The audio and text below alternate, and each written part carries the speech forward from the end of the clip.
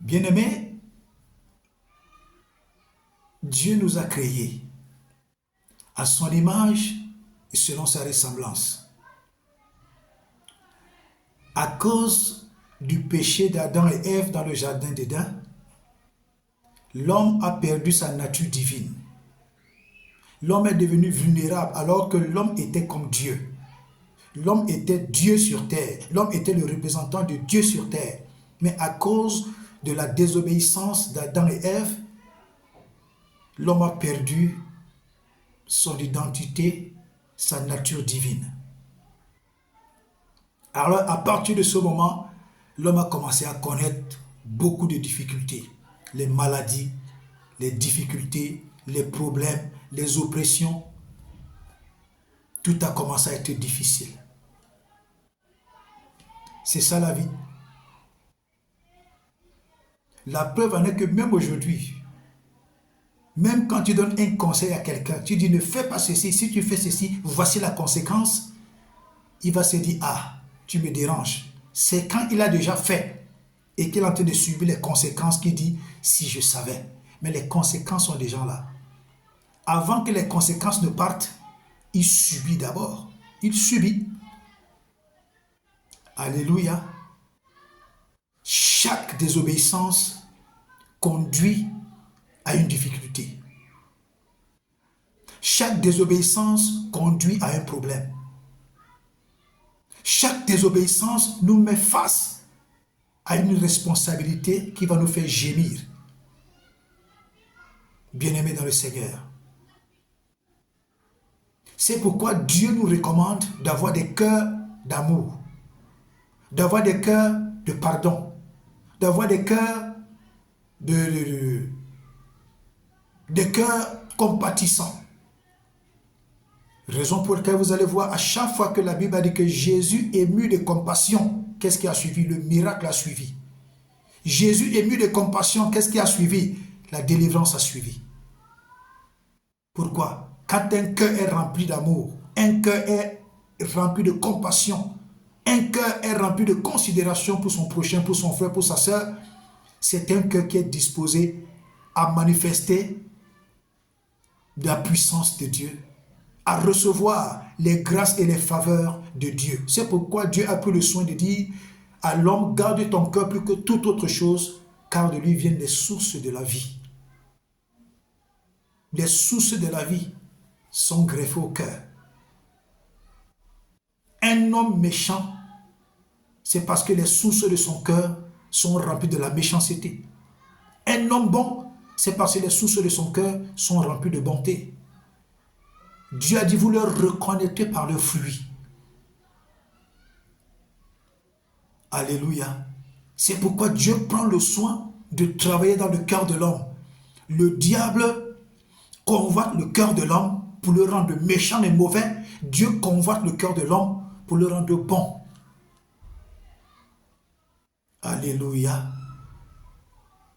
Quand Dieu dit qu'il transforme nos cœurs de chair, il transforme le cœur de pierre en cœur de chair, c'est parce que le diable effectivement transforme les cœurs des hommes en cœurs de pierre. Dans toutes les magies, dans toutes les confréries mystiques, dans toutes les confréries de magie, dans toutes les sectes pernicieuses, la première des choses que Satan tue, c'est le cœur de l'homme. Il transforme le cœur de l'homme en pierre. C'est pourquoi ces gens n'ont aucune pitié. Ils sont cruels parce que Satan a déjà mangé leur cœur. Leurs cœurs sont déjà transformés en pierre. Maintenant, Dieu, lui, transforme nos cœurs de pierre en cœur de chair. C'est-à-dire que Dieu est capable de transformer un cœur mauvais en cœur bon. C'est pourquoi haïr quelqu'un ne sert à rien. Quand vous haïssez quelqu'un, vous permettez qu'il soit encore davantage méchant. Mais si vous priez pour son cœur, Dieu a la capacité de transformer son cœur de pierre en cœur de chair. Alléluia.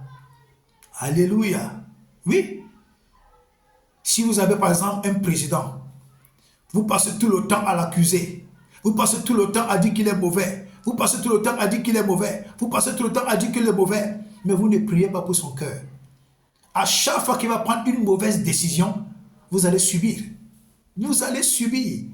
De la meilleure façon de ne pas subir, c'est de prier pour son cœur. Que Dieu lui donne un bon cœur. Que Dieu délivre son cœur de toute forteresse du diable. Et Dieu va entrer en action, son cœur sera libéré. Alléluia. C'est le diable qui véhicule la haine. C'est le diable qui véhicule la tuerie. C'est le diable qui véhicule la destruction. C'est le diable. Son travail, c'est égorger, voler et détruire. C'est le travail du diable. Dieu est amour. Dieu est bon. Dieu est compatissant. C'est pourquoi Jésus est venu. Quand Jésus habite dans un cœur et que la personne prend conscience, Jésus commence à le transformer. Alléluia. Que ce soit hors de l'église, que ce soit dans l'église, même dans l'église, on trouve des chrétiens qui ont des mauvais cœurs. Ils ne se sont pas encore bien repentis. Ils ne se sont pas encore bien convertis. C'est pourquoi ils sont mauvais. Il y a aussi cette histoire de la politique. Tu vois deux chrétiens qui ne se parlent pas. Parce que quelqu'un a approuvé ou alors apprécié celui que lui n'aime pas. Et il commence à le détester. Vous voyez? Les chrétiens se détestent pour des banalités. Les chrétiens se détestent pour des choses inutiles. Pourtant, c'est le chrétien qui doit véhiculer l'amour. C'est le chrétien qui doit véhiculer l'amour. C'est le chrétien qui doit véhiculer de l'amour. Tous les chrétiens du Cameroun, tous les chrétiens de la Côte d'Ivoire, tous les chrétiens du Tchad, tous les chrétiens du Congo, tous les chrétiens du Mali, tous les chrétiens de tous les pays africains, véhiculez de l'amour. N'entrez pas dans les histoires de haine. Vous véhiculez de l'amour. Priez pour que ceux qui sont mauvais, leur cœur commence à être rempli d'amour. Et le Saint-Esprit va faire son travail. Personne ne peut dépasser la prière. Dieu a transformé Saul de Tarse. Dieu a transformé Nebuchadnezzar qui était un tyran. Rien ne dépasse la prière. Absolument rien ne dépasse la prière. Alléluia. Bien-aimés, revenons sur notre thème. Quand l'homme a tout essayé, frère, quand nous pouvons lire la Bible dans Matthieu 17, versets 14 à 23, on amène un monsieur, un papa, un parent amène son enfant qui souffrait. La Bible dit qu'il était lunatique. Donc il pouvait changer de comportement comme un caméléon. Dans nos villages, on appelle ça l'épilepsie, si je peux dire quoi. Et alors, les disciples de Jésus ont essayé. Les disciples de Jésus ont tout fait. Ils n'ont pas réussi à délivrer cet enfant. Alors le papa de l'enfant vient voir Jésus. Il dit à Jésus, j'ai amené mon enfant devant tes disciples. Ils n'ont pas pu le délivrer. C'est un enfant qui tombe constamment dans le feu. Il tombe constamment dans l'eau. Il souffre cruellement. Jésus fait quelque chose. Cet enfant souffrait cruellement. Il tombait dans le feu, c'est-à-dire qu'il pouvait mourir. Il tombait deux fois dans l'eau, c'est-à-dire qu'il pouvait mourir. Il souffrait cruellement. Mais il a souffert avec ce mal. Il a enduré ce mal. Il a été vraiment tourmenté, perturbé par ce mal. Mais le jour qu'il a rencontré Jésus, son histoire a changé.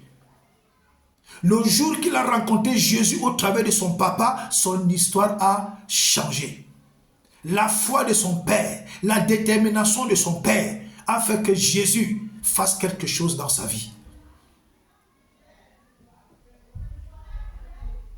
Alléluia.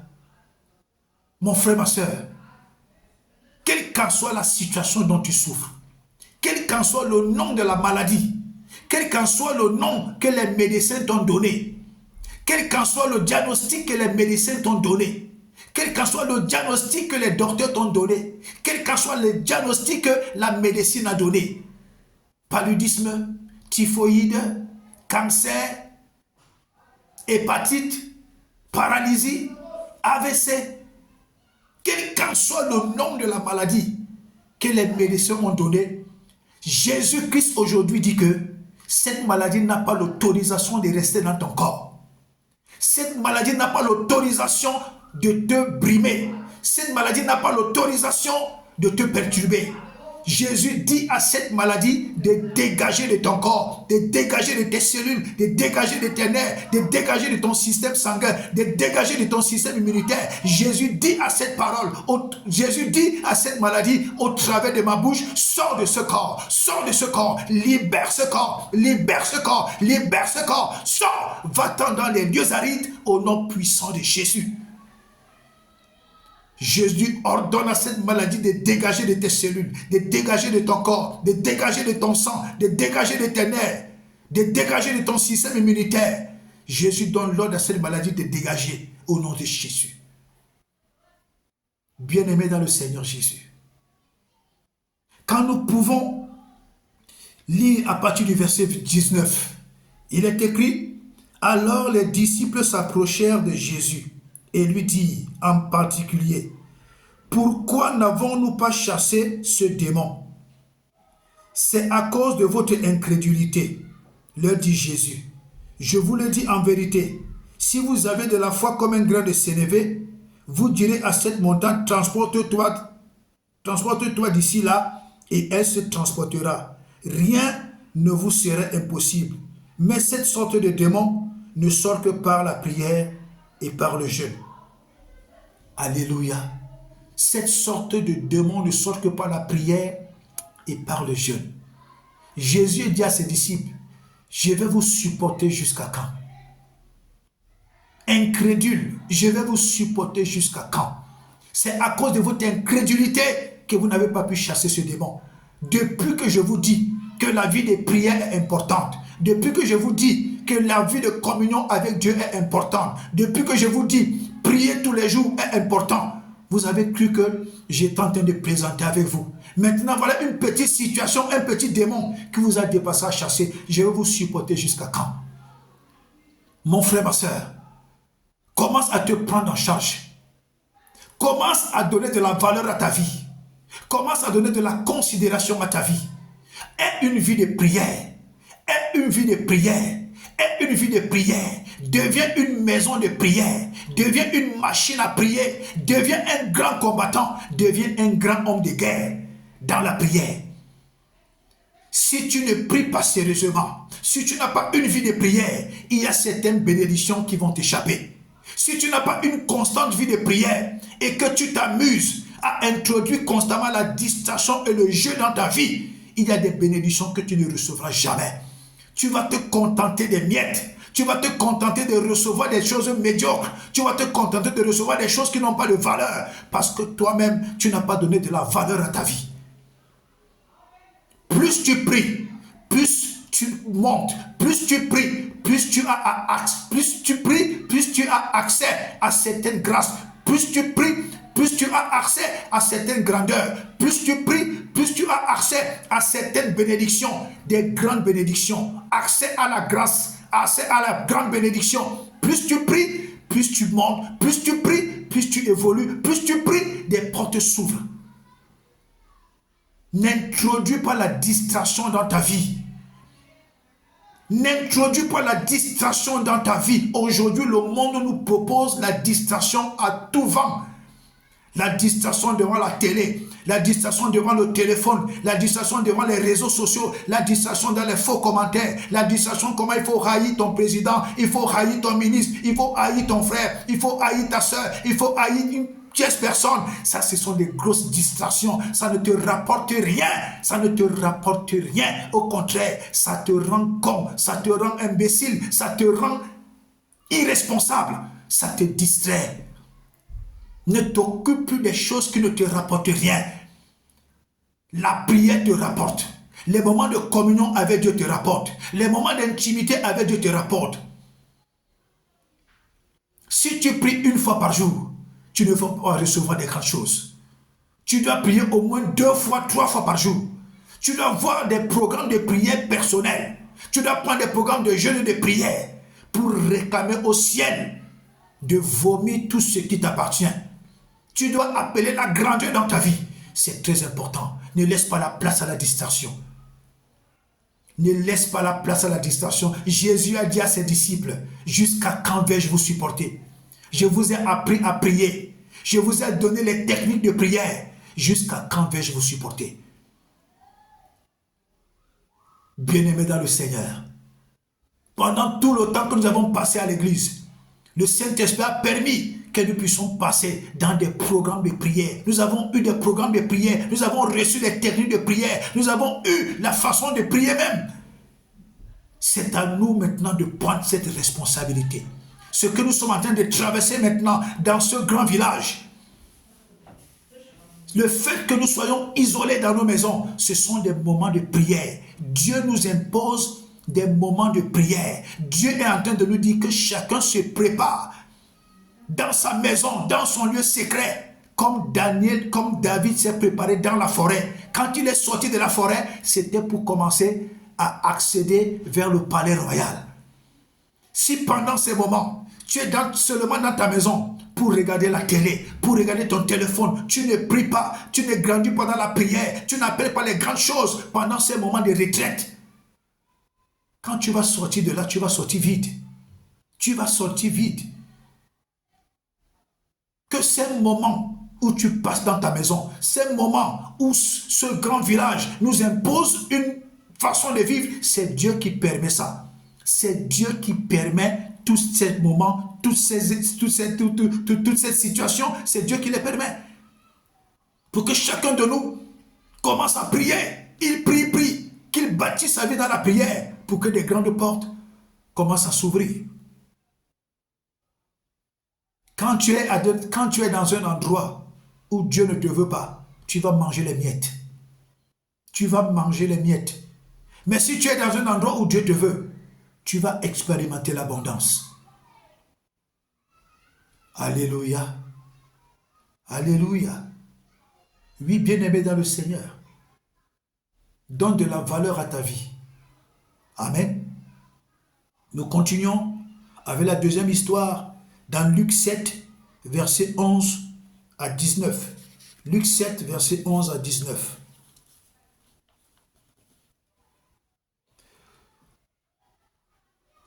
Bien-aimé dans le Seigneur Jésus,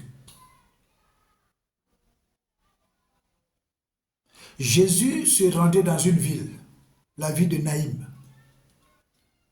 Alors il était accompagné de ses disciples et une grande foule faisait chemin avec lui. La Bible nous dit qu'à l'entrée de la ville de Naïm, il y a un cortège funéraire qui arrive. C'est une veuve qui a perdu son fils unique. Et on partait l'enterrer. On partait l'enterrer. C'est-à-dire que les gens ont tout fait. La médecine a essayé. La tradition a essayé. On a tout fait. Mais cet enfant était mort. Décédé. Les hommes sont limités dans nos vies. Alléluia. Mais Jésus n'est pas limité dans nos vies. Et alors, la Bible dit que Jésus s'est approché du corps. Jésus s'est approché du corps. Jésus était comment? Ému de compassion. Quand il a regardé cette veuve qui avait juste son fils unique qui est décédé. La Bible dit que Jésus était ému de compassion. Ému de compassion, Jésus dit que ce n'est pas possible. Le seul fils de cette femme, regarde comment elle souffre. Regarde comment elle pleure. Regarde comment son cœur est meurtri. Seul Jésus pouvait voir la peine, la souffrance, la douleur que cette femme, cette veuve pouvait endurer. Les autres ne pouvaient que lui dire, Assia, vraiment on compatit, vraiment mes condoléances. Non, laisse, c'est Dieu qui a repris. Laisse vraiment. C'est tout ce que les hommes savent faire. C'est tout. Parfois même ceux qui viennent te dire, Assia, il y a plein de moqueries dedans. Plein de moqueries, plein d'insultes. Dans leur façon de te consoler, ils t'insultent. Dans leur façon de te consoler, ils te méprisent. Dans leur façon de te consoler, ils sont en train de te cracher dessus. Un semblant de soutien plein d'hypocrisie diabolique. C'est la même chose que la veuve qui avait perdu son fils unique subissait. Et Dieu merci, sur le chemin où ils partaient déjà au cimetière, ils ont rencontré le chemin, ils ont rencontré Jésus. Ils ont rencontré Jésus. Maintenant, lisons à partir du verset 14. Il est écrit, il s'approcha et toucha le cercueil. Ceux qui le portaient s'arrêtèrent. Il dit, jeune homme, je te le dis, lève-toi.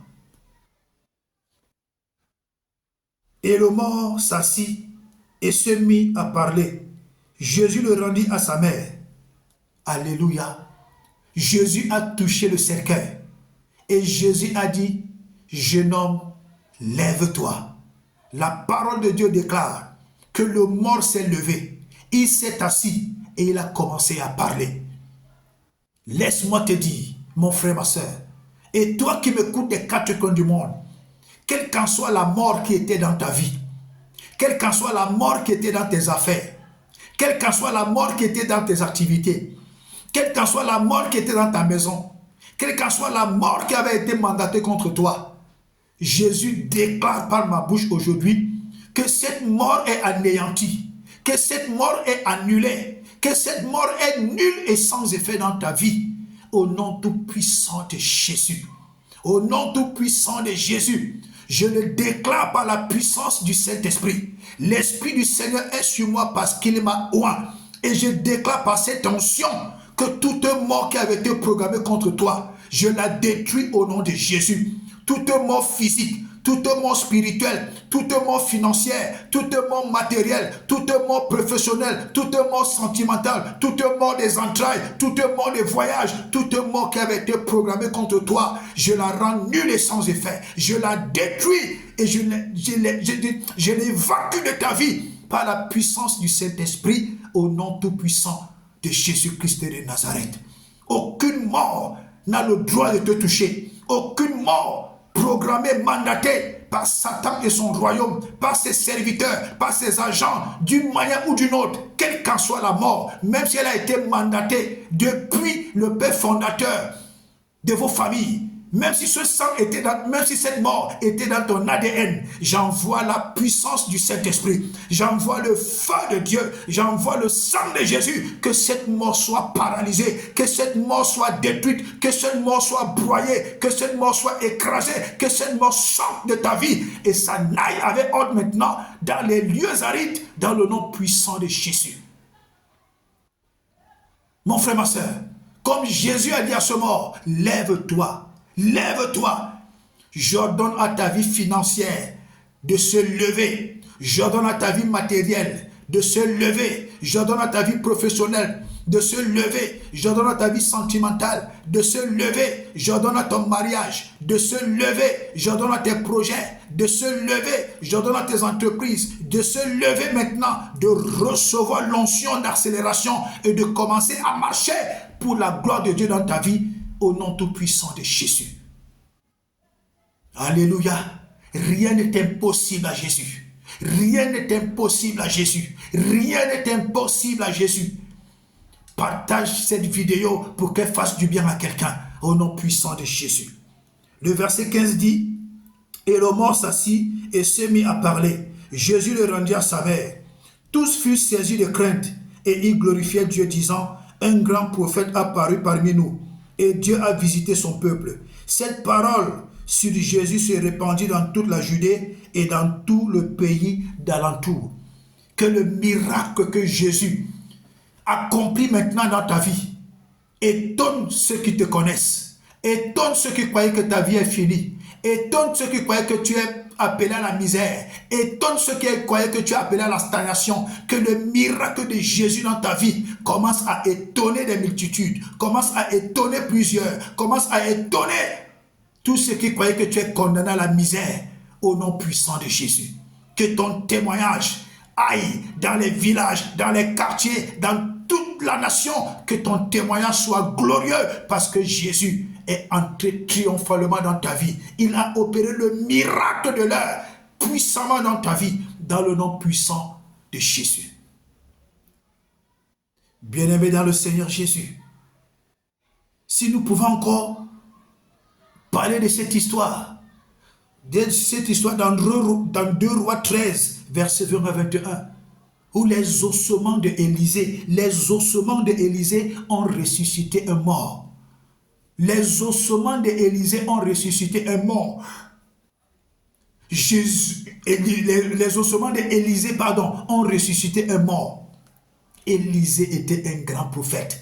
Élisée était un puissant serviteur de Dieu. Élisée était rempli du Saint-Esprit. Élisée était ouin du Saint-Esprit. Élisée était rempli de la vie de Dieu.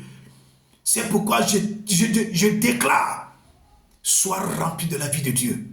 Sois rempli de la vie de Dieu. Commence à lire ta Bible. Commence à méditer ta Bible.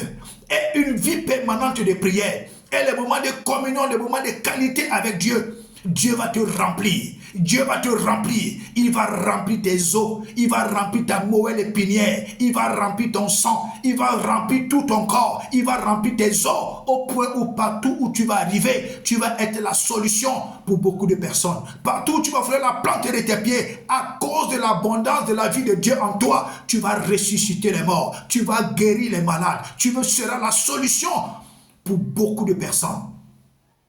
Bien-aimé dans le Seigneur Jésus, quand tu ne mets pas du sérieux dans ta vie, tu freines le plan de Dieu dans ta vie. Quand tu ne mets pas du sérieux dans ta vie, tu ralentis le projet de Dieu dans ta vie. Dieu veut que tu fasses des grandes choses. Dieu veut que tu commences à faire des grandes choses. Mais toi, tu donnes la place à la distraction. Dieu veut que tu commences à lire ta parole. Dieu veut que tu commences à la méditer. Dieu veut que tu commences à avoir la connaissance de la parole de Dieu. Dieu veut que tu commences à avoir une vie permanente, constante de prière. Dieu veut que tu deviennes une maison de prière. Dieu veut que tu commences à avoir des moments de communion, de qualité avec lui. Parce que Dieu veut t'utiliser. Mais toi, tu donnes la place à la distraction. Mais toi, tu donnes la place aux inquiétudes. Mais toi, tu donnes la place aux lamentations. Mais toi, tu donnes la place aux choses qui ne te rapportent rien. Tu freines le plan de Dieu. Tu freines la mission de Dieu. Tu empêches à la grandeur d'entrer dans ta vie. Aujourd'hui, les enfants de Dieu se contentent des miettes. Ils se contentent des miettes. Dès qu'il a une petite situation, il dit que non, c'est bon pour moi, c'est le terminus. Pourquoi les enfants de Dieu aiment les choses médiocres comme ça? Pourquoi les enfants de Dieu aiment s'attacher éternellement sur des médiocrités, des choses qui ne les rapportent pas la grandeur? Pourquoi? Pourquoi les enfants de Dieu se contentent des choses minables? Pourquoi? Pourquoi? Tellement nous donnons de la distraction. Nous donnons de l'importance à la distraction au point où c'est nous-mêmes qui empêchons à la grandeur de venir dans nos vies. C'est nous-mêmes qui empêchons à la grandeur de se manifester dans nos vies parce que nous donnons l'importance aux choses médiocres, aux choses qui ne nous rapportent rien, à la distraction. Frères et sœurs, nous donnons 70% à la télé. Nous donnons 10%. Nous donnons 70% à la télé, au téléphone, aux réseaux sociaux. Vous voyez même aujourd'hui, les enfants de Dieu publient même des choses qui n'édifient pas. Avec ton téléphone, tu ne fais pas les exhortations. Tu ne fais pas les programmes de prière que tu peux publier. Mais tu joues avec ton téléphone. Ça prouve que ton âme, ton esprit aime la distraction. Frères et sœurs,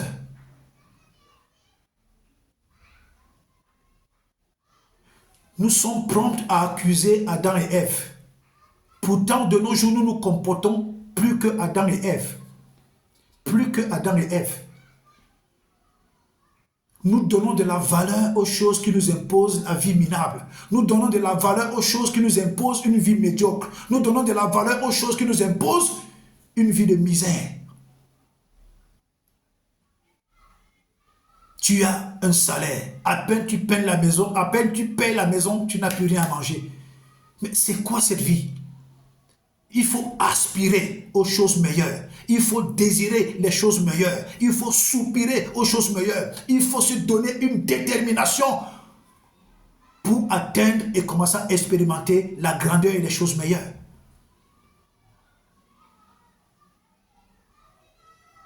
Nous sommes en train d'emboîter le pas dans la fin des temps. À tout moment, Jésus peut revenir. J'ai dit à tout moment, Jésus peut revenir, puisque toutes les prophéties de la Bible sont déjà accomplies. Peut-être Jésus attend juste le nombre de personnes qui doivent encore être sauvées. Après, la trompette sonne. La trompette peut sonner à tout moment. Elle peut sonner ce soir, elle peut sonner demain, elle peut sonner après-demain, elle peut sonner dans une semaine. La trompette peut sonner à tout moment. Ne donnons pas de la place à la distraction. Ne donnons pas de la place aux choses que Dieu n'aime pas. Ne donnons pas de la place à la médiocrité. J'ai exhorté un frère et je lui ai dit que, mais attends frère, c'est Dieu qui bénit, non? Dieu a béni Isaac à Guérar, il y avait crise économique là-bas. C'est Dieu qui bénit, n'est-ce pas? Mais c'est Dieu qui bénit. Même dans ton pays où tu dis que vraiment, là où tu parles là, ce qui se passe là-bas, vraiment, il y a tellement la crise. Je lui ai dit que même là où tu es là, présentement, il n'y a pas la crise ici. Il n'y a pas la crise ici. Il y a la crise ici. Il y a la crise partout. Et c'est le regard que les chrétiens ont. Ils regardent le pays, ils ne regardent pas Dieu. Ils regardent les circonstances, ils ne regardent pas Dieu. Moi, je regarde Dieu. Quel qu'en soit le pays où je peux partir, je regarde Dieu. Moi, je dis souvent, la seule chose qui me dérange, c'est les moustiques. Le reste là, je m'en fous. Je sais que Dieu agit. Je sais que Dieu opère. Je sais que Dieu ouvre les portes. Quel qu'en soit le lieu où tu pars, Dieu est capable d'ouvrir les portes. Alléluia. Il y a des gens qui réussissent au Cameroun. Hein? Il y a des gens qui réussissent en Côte d'Ivoire. Il y a des gens qui réussissent au Tchad. Il y a des gens qui réussissent au Mali. Il y a des gens qui réussissent dans les pays là où on dit qu'il y a la crise. Il y a des gens qui réussissent là-bas. Ils ne sont pas des satanistes. Ils réussissent. Tu n'es pas obligé de te compromettre. Il faut éviter la compromission. Il faut éviter d'aller se coucher dans un lit parce que tu veux de l'argent. Fais quelque chose. Fais quelque chose. Isaac a semé. Qu'est-ce que tu sais faire? Fais quelque chose et laisse Dieu faire le reste. Comme je disais une fois à l'église, dans ce pays, tu ne peux pas avoir un champ. Dans ce pays, tu ne peux pas faire l'élevage. Dans ce pays, tu ne peux pas avoir un bon travail.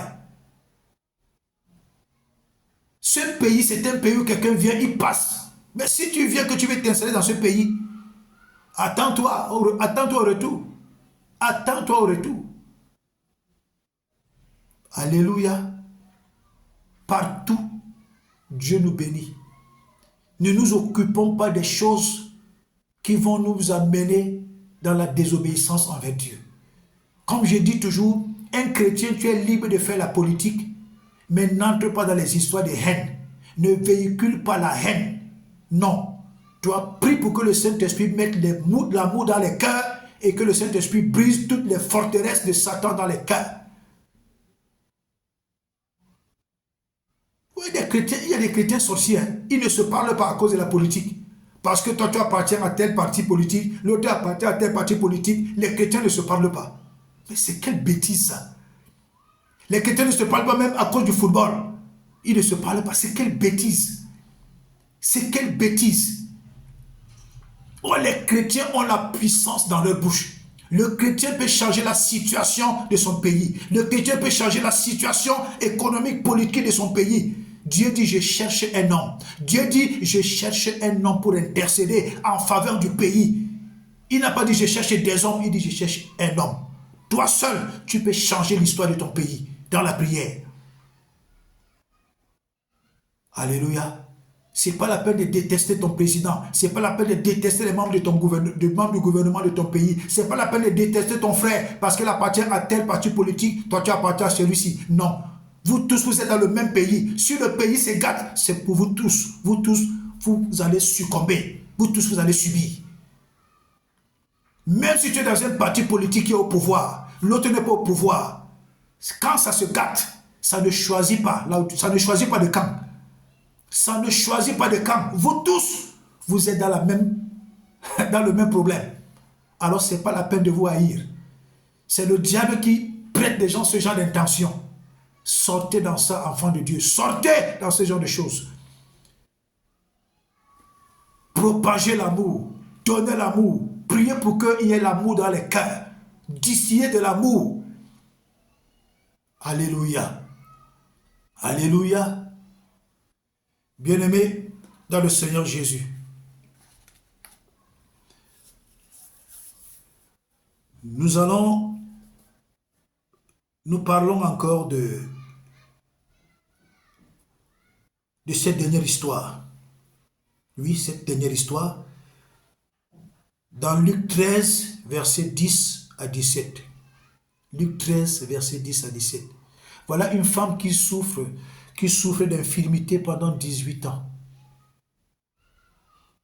Elle a souffert d'infirmité pendant 18 ans. 1 an, 2 ans, 3 ans, 4 ans, 5 ans, pendant 18 ans d'infirmité, elle ne pouvait pas se mettre debout, elle était toujours courbée pendant 18 ans.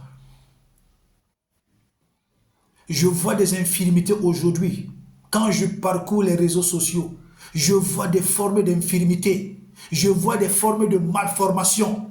Je dis, mon Dieu, ce n'est pas possible. Ça, c'est quoi? Satan est vraiment en train de marcher sur la terre.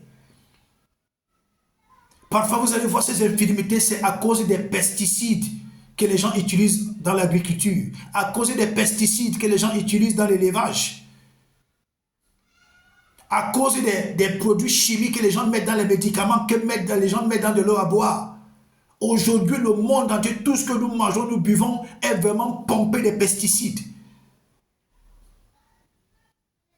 C'est pourquoi Dieu a dit que nous devons prier sur tout ce que nous consommons avant de manger. Le Seigneur Jésus avait raison. Que tout ce que nous voulons mettre dans nos bouches, sanctifions et transformons cela en sang de Jésus avant de consommer. Des gens qui naissent qui n'ont pas de pieds, des gens qui naissent qui n'ont pas de mains, les gens qui naissent qui n'ont pas des yeux, les gens qui naissent même n'ont pas de bouche. Mais c'est quoi? Quelqu'un va rester comme ça là, c'est-à-dire toute sa vie. C'est pas croyable. Et toi qui as 2 pieds, toi qui as 2 mains, toi qui as 2 yeux, toi qui as une bouche, toi qui as un nez, toi qui es bien formé, tu méprises Dieu, tu insultes Dieu, tu méprises ton prochain, tu insultes ton prochain, tu méprises les œuvres de Dieu, tu t'en fiches, tu hais les gens, tu tues même les gens, tu méprises les gens, tu complotes à détruire les vies. Pourtant, il y a des gens qui n'ont même pas des pieds, des mains. Ils en ont besoin, ils ne peuvent pas. Mais toi, tu bafoues la grâce de Dieu dans ta vie. Est-ce que tu sais qu'une maladie peut te déformer? Une maladie peut te paralyser. Une maladie peut te détruire. Une maladie peut te rendre moche. Une maladie peut te ridiculiser. Toute ta vie. Et tu meurs comme un chien. Ce n'est pas la peine d'être mauvais. Ce n'est pas la peine d'être méchant. Ce n'est pas la peine de contribuer à détruire les autres. Je dis une toute petite maladie peut te détruire. Je dis une toute petite maladie. Tu pars dans tous les hôpitaux spécialisés avec tout ton argent, avec toute ta fortune, avec tout ton pouvoir, avec tout ton rang social. Cette maladie te ridiculise, elle te détruit. Il n'y a pas de médicament. Dieu dit, c'est écrit dans la Bible, il existe des maladies qui n'ont pas de médicaments. Et ces gens-là, quand Dieu t'envoie ça dans le corps, tu vas souffrir et personne ne pourra te soigner.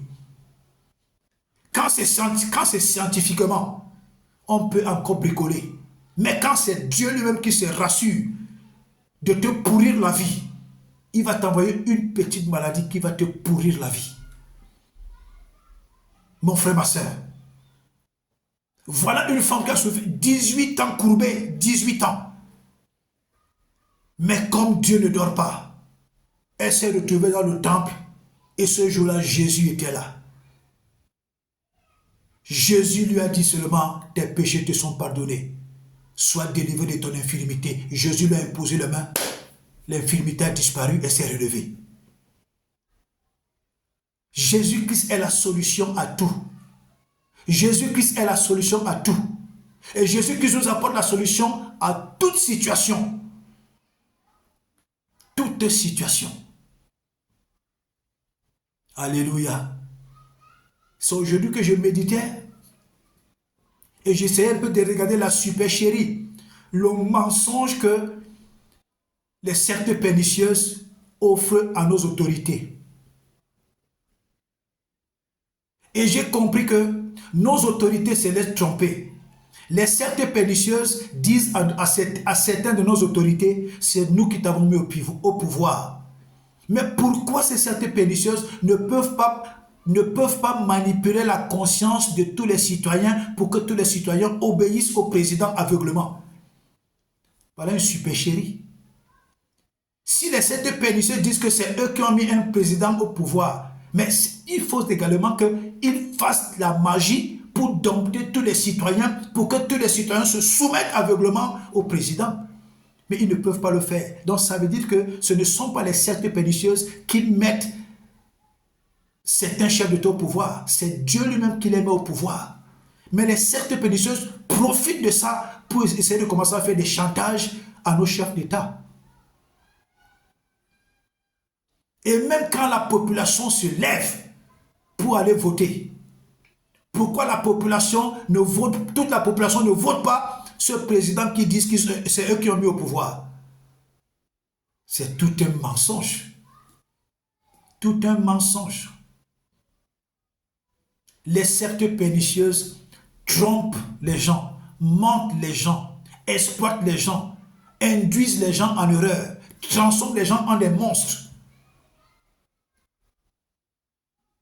Quelle est cette façon d'avoir la bénédiction? Est-ce que tu es obligé de tuer? Quand quelqu'un t'impose déjà, la tuerie, ça veut dire que ce truc-là n'est pas bien. Alléluia. Jésus-Christ est la solution à tout. Toi qui m'écoutes, que tu sois un simple citoyen, que tu sois un citoyen moyen, que tu sois un citoyen lambda, que tu sois une autorité, quel qu'en soit ton rang social, tu as besoin de Jésus. Tu as besoin de Jésus. Tu as besoin de Jésus. C'est lui seul qui peut te sécuriser. Les sectes pernicieuses ne sécurisent pas. La preuve en est que quand les citoyens, quand la population se fâche contre un chef d'État, le gars fuit en quatrième vitesse. Les sectes pernicieuses sont où? Seul Jésus peut te sécuriser. Seul Jésus peut te donner une longévité au pouvoir. Seul Jésus peut anéantir tout ce qui veut te faire du mal. Seul Jésus peut te donner la bonne santé. Seul Jésus peut t'aider à bien gérer. Seul Jésus peut te donner l'onction pour bien gérer le pays, l'entreprise, l'église, la famille, le quartier, la ville. Seul Jésus. Alléluia. Il est l'esprit supérieur au-dessus de tous les esprits. Bien-aimés dans le Seigneur, c'était notre intention. Que Dieu vous bénisse, que Dieu vous garde. Partagez massivement cette vidéo et que le Seigneur se souvienne de vous. Jésus-Christ a multiplié 5 pains et 3 poissons. J'aimerais te dire que Jésus-Christ est capable de multiplier des bénédictions dans ta vie qui vont même te dépasser à portée. Jésus-Christ est capable de multiplier des bénédictions dans ta vie, mais il faut qu'il trouve quelque chose. Il a multiplié 5 pains et 3 poissons. Quand Jésus-Christ va venir dans ta vie, qu'est-ce qu'il va multiplier? Tu n'as pas une vie de prière pour qu'il la multiplie. Tu n'as pas une vie de consécration pour qu'il la multiplie. Tu n'as pas une vie de communion avec Dieu pour qu'il la multiplie. Tu n'as pas une activité pour qu'il la multiplie. Tu n'as rien semé à terre pour qu'il la multiplie. Tu n'as aucun projet que tu as décidé, tu t'es lancé pour que Jésus-Christ multiplie. Tu n'as rien du tout. Qu'est-ce que Jésus va multiplier? Qu'est-ce que Jésus va multiplier? Ce que Jésus trouve dans ta vie, c'est ça qu'il va multiplier. Ce que le diable va trouver dans ta vie, c'est ce que le diable va multiplier. Donne à Jésus l'occasion de multiplier des choses dans ta vie. Offre cette opportunité à Jésus pour qu'il multiplie des choses dans ta vie. Il a multiplié 5 pains et 3 poissons. Plus de 5000 personnes ont mangé. Donc il y a des choses dans ta vie que Jésus veut multiplier pour que tu sois une source de bénédiction capable de nourrir plus de 5000 personnes. Alléluia. Jésus veut multiplier des choses dans ta vie pour que tu deviennes une source de bénédiction. Comme il a dit à Abraham dans Genèse 12, du verset 1 au verset 3. Jésus veut multiplier les choses dans ta vie. Il veut multiplier ton ministère. Il veut multiplier tes talents. Il veut multiplier tes dons. Jésus veut multiplier ce que tu sais faire pour que tu sois une source de bénédiction. Toi, tu es béni et tu deviens une source de bénédiction. Jésus a multiplié 5 pains et 3 poissons. Qu'est-ce que Jésus va multiplier dans ta vie? Quand Jésus vient dans ta vie, il va trouver quoi qu'il va multiplier? Jésus ne va pas multiplier la distraction. C'est le diable qui va multiplier la distraction dans ta vie. Tu as des talents. Qu'est-ce que tu sais faire? L'agriculture, l'élevage, tu sais faire. Mais qu'est-ce que tu fous dans un pays qui ne te donne pas l'opportunité de mettre en pratique ce que tu sais faire? Tu fais le gospel, tu fais la musique, tu es un bon prédicateur. Mais tu passes le temps dans un pays, tu ne t'offres pas des opportunités. Qu'est-ce que Jésus va multiplier quand tu es dans un pays où les opportunités ne sont pas possibles? Tu sais faire les affaires, tu sais faire le commerce, mais tu es dans un pays où tout est compliqué. Tout est compliqué. Même pour avoir le titre de séjour, il faut s'arracher les cheveux de la tête.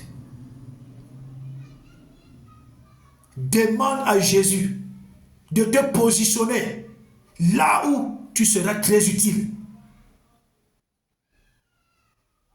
Alléluia.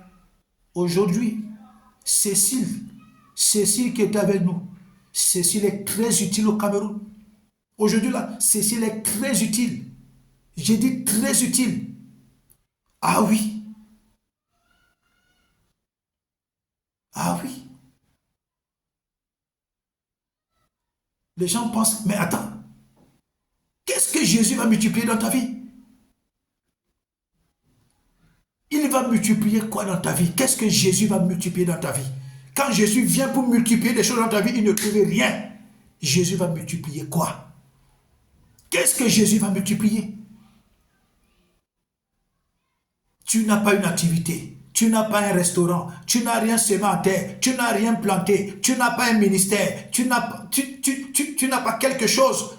Tu es même dans le gospel. Est-ce que tu as des albums? Quels sont tes projets? Tu n'as aucun projet, tu n'as rien du tout. Jésus va multiplier quoi? Qu'est-ce que Jésus va multiplier? Tu travailles, tu n'as pas de projet. Jésus va multiplier quoi?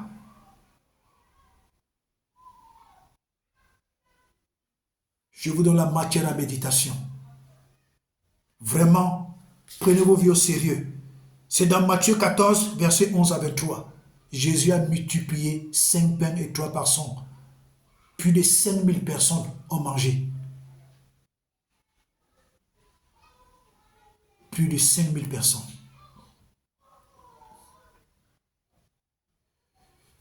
Prends ta vie au sérieux. Prends ta vie très au sérieux. Occupe-toi des choses qui te sont bénéfiques. Ne t'occupe pas des choses qui ne te rapportent rien. La haine ne te rapporte rien. Le mépris, l'hypocrisie, ça ne te rapporte rien. Les rancœurs, comploter pour qu'on fasse du mal à quelqu'un, ça ne te rapporte rien. La vie de prière, la vie de méditation, la vie de la parole de Dieu, les moments de communion avec Dieu, la décision de te lancer dans tes projets, c'est ça qui te rapporte quelque chose. Que Dieu te bénisse, que Dieu te garde. Partage cette vidéo au maximum et le Seigneur se souviendra de toi. Shalom.